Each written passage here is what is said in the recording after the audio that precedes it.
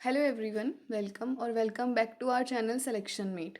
Guys, जैसा कि आपने मेरी प्रीवियस वीडियोस में देखा होगा कि हम यूपी लेखपाल के लिए मॉडर्न हिस्ट्री की क्लासेस कवर कर रहे हैं। तो उस सीरीज़ में आज हमारी थर्ड क्लास है। इससे पहले हमारी दो क्लासेस हो चुकी हैं। अगर आपने उनको नहीं देखा तो हमारे चैनल पर जाकर उनको ज़रूर देखें। तो आज हमारी ये थर्ड क्लास है। इसमें हम मॉडर्न हिस्ट्री के 20 क्वेश्चंस डिस्कस करेंगे जो कि एग्ज़ाम के पॉइंट ऑफ व्यू से काफ़ी इंपॉर्टेंट हैं। तो हम अपना टाइम वेस्ट ना करते हुए अपने सेशन को स्टार्ट करते हैं। तो आइए फर्स्ट क्वेश्चन देखते हैं। फर्स्ट क्वेश्चन कहता है, किस मुग़ल बादशाह का मूल नाम रोशन अख्तर था? हमको बताना है कौन सा ऐसा मुग़ल बादशाह था जिसका नाम रोशन अख्तर था। मूल नाम। तो हमारा फर्स्ट ऑप्शन है मोहम्मद रंगीला, ऑप्शन बी है शाह आलम द्वितीय, ऑप्शन सी है बहादुर शाह जफ़र और ऑप्शन डी है इनमें से कोई नहीं। तो गाइज़, आपने आई होप अपना आंसर सोच लिया होगा। तो अब मैं आपको इसका आंसर बताती हूँ। इसका आंसर हो जाएगा मोहम्मद रंगीला। मोहम्मद रंगीला का मूल नाम क्या था? रोशन अख्तर था। अब नेक्स्ट क्वेश्चन देखते हैं, क्वेश्चन नंबर 2।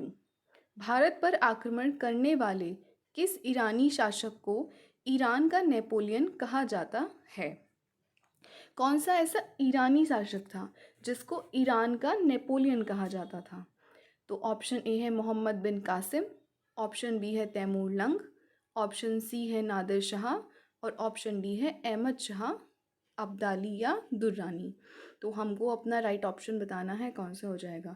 तो हमारा ऑप्शन नंबर सी यानी कि नादिर शाह जो है वो हमारा राइट ऑप्शन हो जाएगा। अब हम अपना थर्ड क्वेश्चन देखते हैं। हमारा थर्ड क्वेश्चन कहता है, इलाहाबाद की संधि, इलाहाबाद की द्वितीय संधि किनके बीच हुई? हमारा ऑप्शन ए है शाह आलम द्वितीय एवं क्लाइव, ऑप्शन बी है शुजादौला एवं क्लाइव, ऑप्शन सी है मीर कासिम एवं क्लाइव और ऑप्शन डी है इनमें से कोई नहीं। तो हमको बताना है कि हमारी जो इलाहाबाद की द्वितीय संधि थी तो वो किस किस के बीच हुई थी।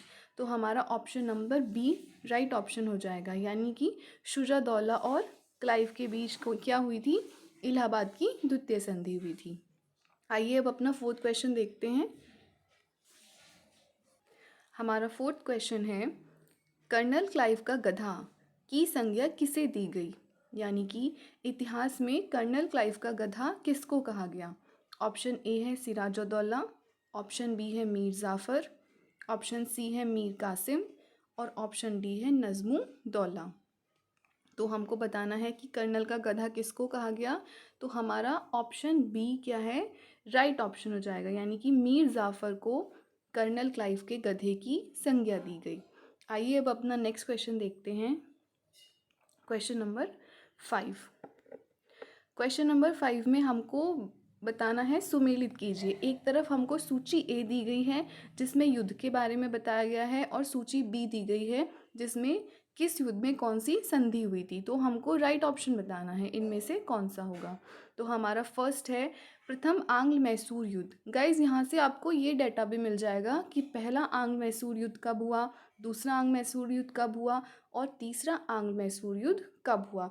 तो यहाँ से आप ये युद्ध कब हुए इस डेटा को भी याद कर सकते हैं और इन युद्धों में कौन सी संधि हुई थी ये भी आप यहाँ से याद कर सकते हैं।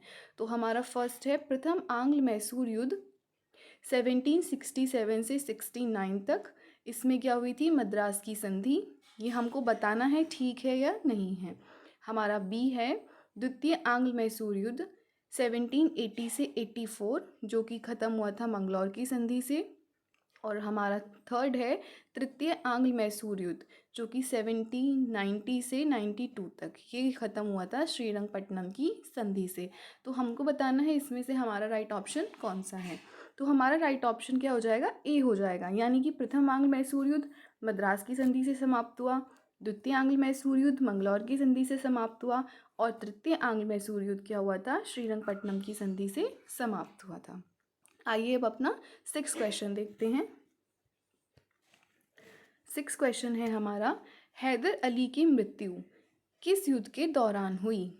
हैदर अली की मृत्यु किस युद्ध के दौरान हुई? तो पहला तो यही सवाल बन गया कि हैदर अली की मृत्यु कब हुई। तो हम अगर पूछा जाएगा कि हैदर अली की मृत्यु कब हुई तो हम टिक करेंगे 1782 में हुई। लेकिन किस युद्ध के दौरान हुई?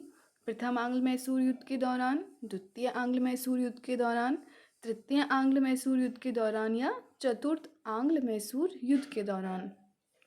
तो हमारा option number B right option हो जाएगा, यानी कि हैदर अली की जो मृत्यु हुई थी वो द्वितीय आंग्ल मैसूर युद्ध के टाइम पे हुई थी। आइए अब क्वेश्चन नंबर 7 देखते हैं। ब्रिटिश काल में भारत ने किस भू राजस्व व्यवस्था को नहीं अपनाया?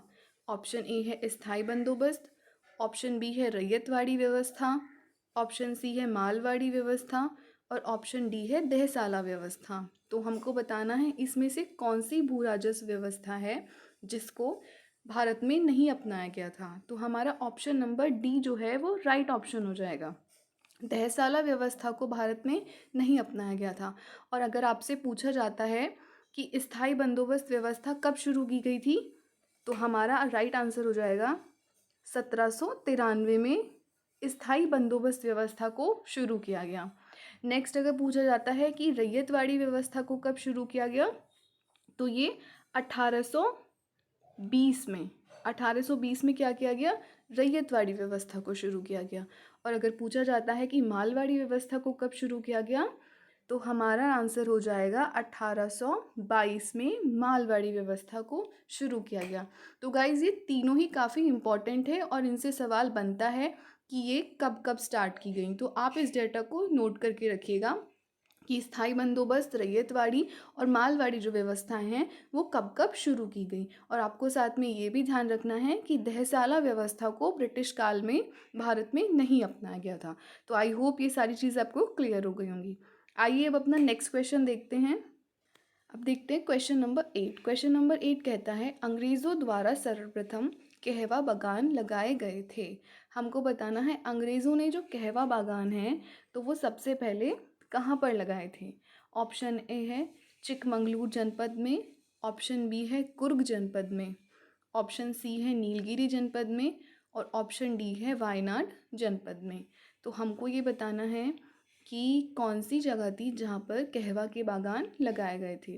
तो हमारा option number D right option हो जाएगा, यानी कि वायनाड जनपद में। और अगर आज के टाइम से सवाल बने कि वायनाड कहाँ पर स्थित है, तो हमारा आंसर हो जाएगा कि वायनाड केरल में स्थित है। ठीक है गाइस, तो कहाँ लगाए गए थे सबसे पहले कहवा बागान? वायनाड जनपद में। अब नेक्स्ट क्वेश्चन देखिए। नेक्स्ट क्वेश्चन है क्वेश्चन नंबर 9।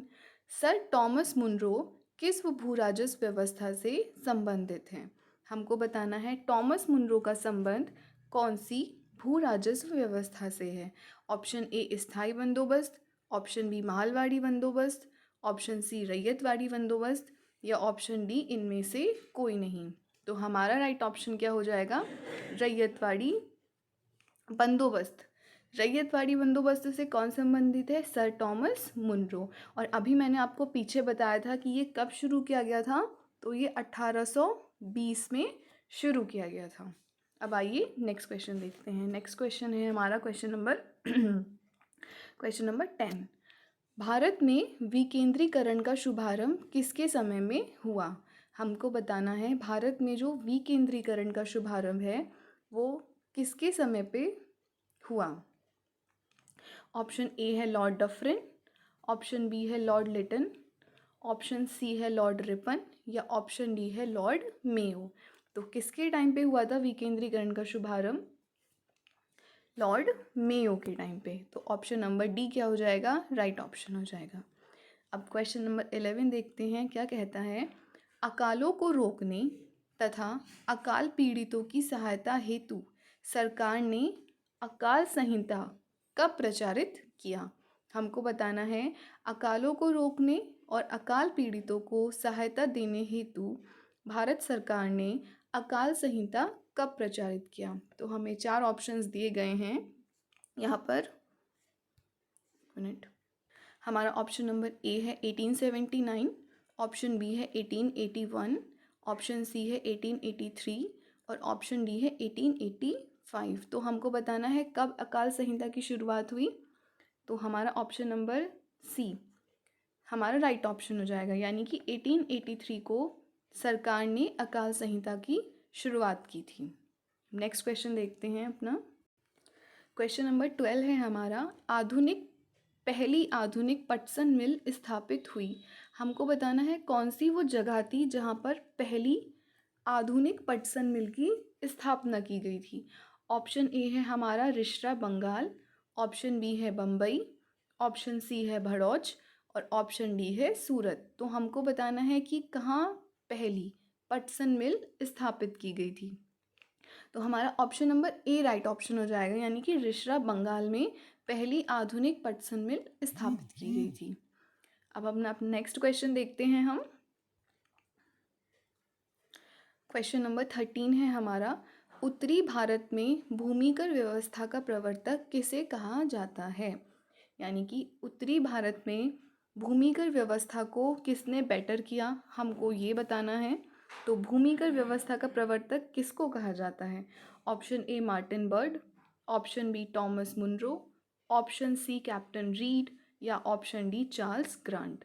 तो हमको बताना है कौन सा हमारा राइट ऑप्शन हो जाएगा। तो हमारा ऑप्शन नंबर बी, यानी कि टॉमस मुनरो को क्या कहा जाता है, उत्तर भारत में भूमिकर व्यवस्था का प्रवर्तक कहा जाता है। आइए 14 क्वेश्चन देखते हैं। 14 क्वेश्चन क्या कहता है, देखिए, भारत में भारतीयों द्वारा 1881 में स्थापित हुआ तथा उनके प्रबंध में चलने वाला बैंक था। इनमें से कौन सा ऐसा बैंक था जो 1881 में स्थापित हुआ, मतलब भारतीयों द्वारा, और उनके ही प्रबंध में वो चला। तो कौन सा बैंक था।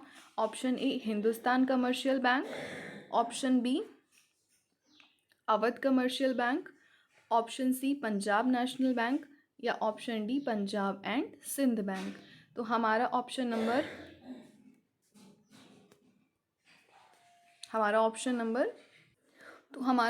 कौन सा ठीक हो जाएगा। ऑप्शन नंबर बी हमारा राइट ऑप्शन हो जाएगा, यानी कि अवध कमर्शियल बैंक जो था तो वो पहला बैंक हमारा था। अब नेक्स्ट क्वेश्चन देखते हैं। नेक्स्ट क्वेश्चन है हमारा, अंग्रेज़ों द्वारा रैयतवाड़ी बंदोबस्त लागू किया गया था। हमको बताना है कि जो ये रैयतवाड़ी व्यवस्था स्टार्ट की गई थी तो इसको कहाँ लागू किया गया था। Option A Bengal presidency, option B Madras presidency, option C Bombay presidency या ऑप्शन डी मद्रास व बम्बई प्रेसिडेंसी। तो हमारा राइट ऑप्शन क्या हो जाएगा, ऑप्शन नंबर डी, यानी कि मद्रास और बम्बई इन दोनों ही प्रेसिडेंसी में जो रैयतवाड़ी व्यवस्था है वो लागू की गई थी। तो आपको ये समझ आया कि कहाँ पर रैयतवाड़ी व्यवस्था अपनाई गई थी। और पूछा जाए रैयतवाड़ी व्यवस्था कब अपनाई गई थी, तो 1820 में अपनाई गई थी। ठीक है, अब देखते हैं अपना नेक्स्ट सवाल। नेक्स्ट है हमारा क्वेश्चन नंबर 16। अंग्रेजी शासनकाल में भारत का कौन सा क्षेत्र अफीम उत्पादन के लिए प्रसिद्ध था। हमको बताना है कि जब अंग्रेज़ों के टाइम पे भारत में ऐसा कौन सा क्षेत्र था जहां अफीम का बहुत ज़्यादा उत्पादन किया जाता था। Option A Bihar, option B दक्षिण भारत, ऑप्शन सी गुजरात और ऑप्शन डी असम। तो हमारा राइट ऑप्शन इसमें हो जाएगा, राइट ऑप्शन क्या हो जाएगा हमारा, राइट ऑप्शन हो जाएगा बिहार। बिहार में उस टाइम पर अफ़ीम का उत्पादन बहुत ज़्यादा किया जाता था। इसका मतलब बिहार क्या था, अफ़ीम उत्पादन के लिए प्रसिद्ध था। अब नेक्स्ट क्वेश्चन देखते हैं 17। क्वेश्चन 17 क्या कहता है, भारत में अंग्रेज़ों के समय प्रथम जनगणना किसके काल में हुई। Option A Lord Dufferin, option B Lord Lytton, option C Lord Mayo या ऑप्शन डी लॉर्ड रिपन। तो कौन से ऐसे गवर्नर जनरल थे जिनके टाइम पे क्या हुई थी, जनगणना हुई थी। तो हमारा ऑप्शन नंबर सी, यानी कि लॉर्ड मेयो के टाइम पे क्या हुई थी, जनगणना हुई थी। और गाइज हमसे पूछा जाए कि वो टाइम पीरियड कौन सा था जब जनगणना हुई, तो हम उसका आंसर करेंगे 1782 में लॉर्ड मेयो के टाइम पर प्रथम जनगणना हुई थी हमारी। नेक्स्ट क्वेश्चन देखते हैं। क्वेश्चन नंबर है 18 हमारा, किस कंपनी ने सर्वप्रथम भारत में रेल सेवा प्रारंभ की। Option A Eastern Railway, option B Madras railway, option C Awadh Tirhut railway या option D Great Indian Peninsular Railway. तो राइट ऑप्शन क्या हो जाएगा हमारा, राइट ऑप्शन हो जाएगा ऑप्शन डी यानी कि ग्रेट इंडियन पेनिनसुलर रेलवे ने सर्वप्रथम भारत में रेल सेवा की शुरुआत की। क्वेश्चन 19 देखते हैं अब। क्वेश्चन 19 कहता है हमारा, ब्रिटिश ईस्ट इंडिया कंपनी ने चाय के व्यापारिक अधिकार को खो दिया। कौन सा ऐसा चार्टर एक्ट आया जिसके बाद ब्रिटिश इंडिया कंपनी ने चाय के व्यापारिक अधिकार को खो दिया? ऑप्शन ए है हमारा 1793 के चार्टर एक्ट द्वारा, ऑप्शन बी 1813 के चार्टर एक्ट द्वारा, ऑप्शन सी 1833 के चार्टर एक्ट द्वारा, या ऑप्शन डी 1853 के चार्टर एक्ट द्वारा। तो हमारा राइट ऑप्शन हो जाएगा ऑप्शन सी, यानी कि 1833 के चार्टर एक्ट के द्वारा ब्रिटिश ईस्ट इंडिया कंपनी ने चाय के व्यापारिक अधिकार को खो दिया था। आइए अब अपना लास्ट क्वेश्चन देखते हैं हम, क्वेश्चन नंबर 20। क्वेश्चन नंबर 20 है, अंग्रेज घुसपैठियों ने भारत के करघे को तोड़ डाला और चरखे को नष्ट कर दिया। यह कथन किसका है? गाइज हमको बताना है कि ये कथन किसने कहा था। ऑप्शन ए दिया है हमको ई थॉम्सन, ऑप्शन बी दिया है डी टी गैराट, ऑप्शन सी दिया है हेराल्ड लास्की और ऑप्शन डी दिया है कार्ल मार्क्स। तो किसने ये बोला था कि अंग्रेज़ घुसपैठियों ने भारत के करघे को तोड़ डाला और चरखे को नष्ट कर दिया? तो हमारा ऑप्शन नंबर डी क्या हो जाएगा? राइट ऑप्शन हो जाएगा, यानी कि कार्ल मार्क्स ने ये सब कहा था। मतलब ये कथन किसका हो गया? कार्ल मार्क्स का हो गया। सो गाइज आज ये था हमारा आज का सेशन। इसमें हमने 20 क्वेश्चंस जो कि मॉडर्न हिस्ट्री से रिलेटेड थे वो डिस्कस किए। अगर आपको ये सेशन अच्छा लगा है तो इसको लाइक कीजिए, और अगर आप इसी तरह के और सेशंस चाहते हैं तो मेरे चैनल को सब्सक्राइब कीजिए। और thanks for watching my class.